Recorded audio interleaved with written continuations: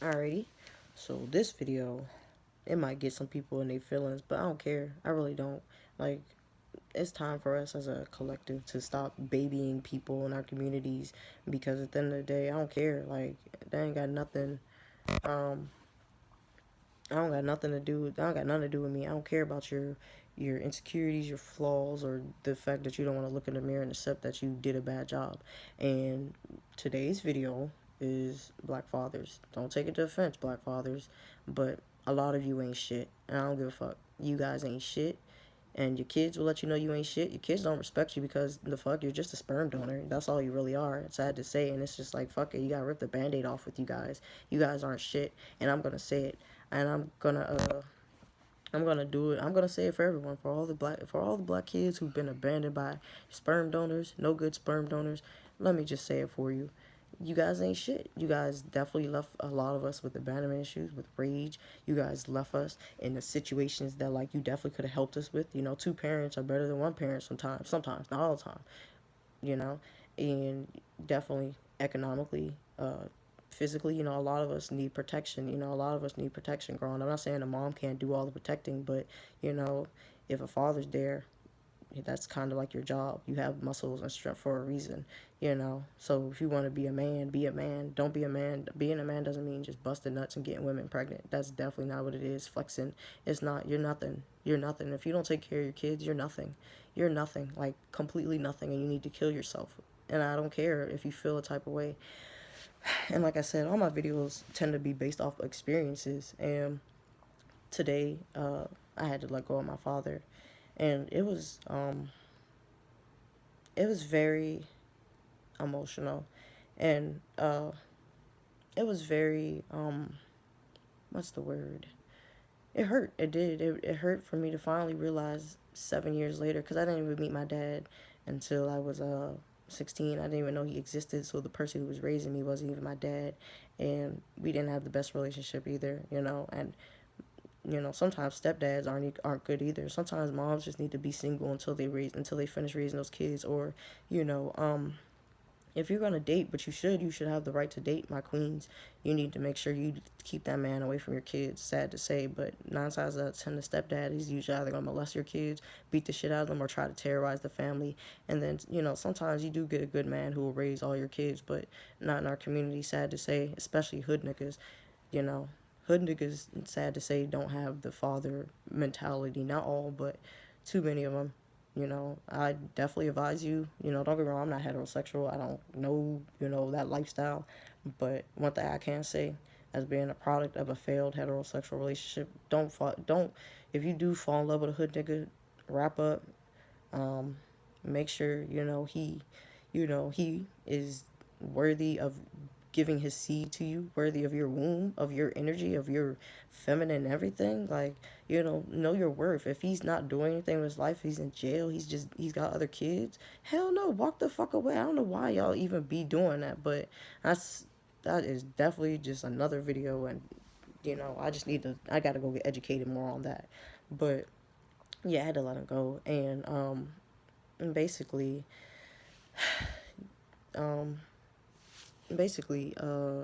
I needed he gave me a car when I was 18. And um and him and my mom, and it's another thing, that's another video too I'm gonna make.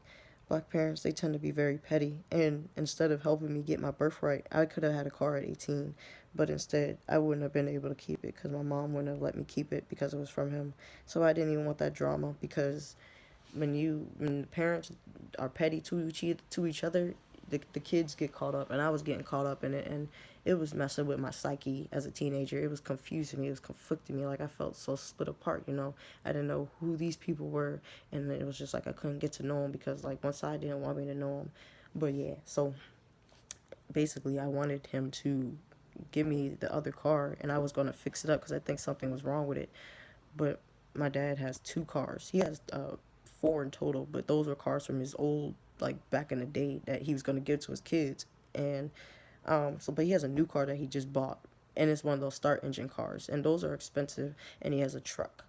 And I asked for my old car, for the old car, the 99 or whatever year, 95, and he said no. He said it's mine.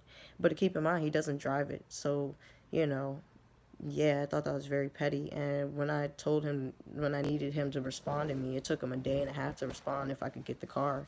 And he told me he'll respond to me when he feels like it. He's with his friends. Basically, he dismissed me like I was some little girl. And, trust and believe, guys, to all my brothers and sisters who were abandoned by their fathers, and don't get me wrong, moms abandoned their kids too. Trust and believe, I had a girlfriend, ex-girlfriend, and her mom abandoned her. Her mom and her dad abandoned her, and trust and believe, it happens. But fathers are doing it way more than mothers. I'm just 100. And then, don't get me wrong, like, everyone needs to be held accountable, but fathers are the majority, and we don't need to focus on the minority right now. We need to focus on the fathers. And basically, reading that hurt my feelings. It hurt me. And, like, I realized that I just couldn't depend on him for anything. I needed the car because I was going to fix it up and let my girlfriend drive the other car so we could make about 200 a day via per person. And we would be making 400 a day. And we would be making almost 3,000 a week. But he just said no, just literally no. And when I asked him why, he just said because he doesn't want to. So I just went in and I just gave him all the years of I told him he was a horrible father. I told him he didn't protect me, he didn't love me. I told him he's not even worthy of being called a father. He's a sperm donor. Like, I told him, and I told him to just pretend I don't exist. And I told him if he comes near me, tries to exist near me or anyone I love, like, I will get a restraining order. And I'm sad that, I had to come to this. I really am, that it had to come to that. But it was for my spiritual growth. And on this journey in the universe, you have to let people go.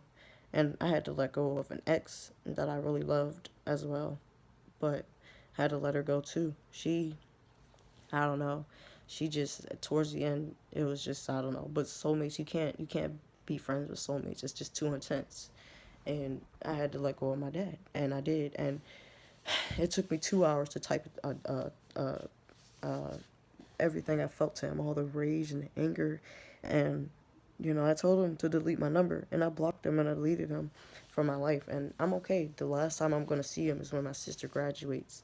But other than that, never again. And my siblings that I didn't even know about until I was 16, they don't fuck with him either. And I realized it took me 7 years to realize that I didn't need to bond with him. He failed. And I told him he failed. I told him his family wasn't shit.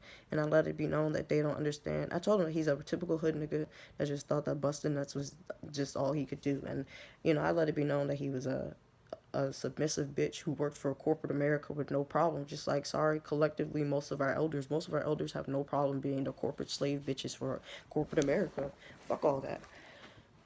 And I let it be known, and I told him he's the reason why he's in debt. And, I just went in. I went in, and it took me 2 hours to type that book. That book took about 5 to 10 minutes to read. I went in, and, you know, and he always was telling me to respect him, but he couldn't even respect me enough to give me a grown man answer. And I let it be known that he was a bitch, and he has bitch tendencies when it comes to his kids, because you should, as a man, you shouldn't be offended when your kids are trying to tell you something about yourself. You shouldn't be thinking that, you shouldn't try to blame the mothers. You shouldn't, and don't get me wrong, my situation, yeah, my mom did take me away from my dad, but he didn't really try. And I told him, I let it be known that he didn't try, because he tried for that pussy, he tried for the nuts that he was busting in women.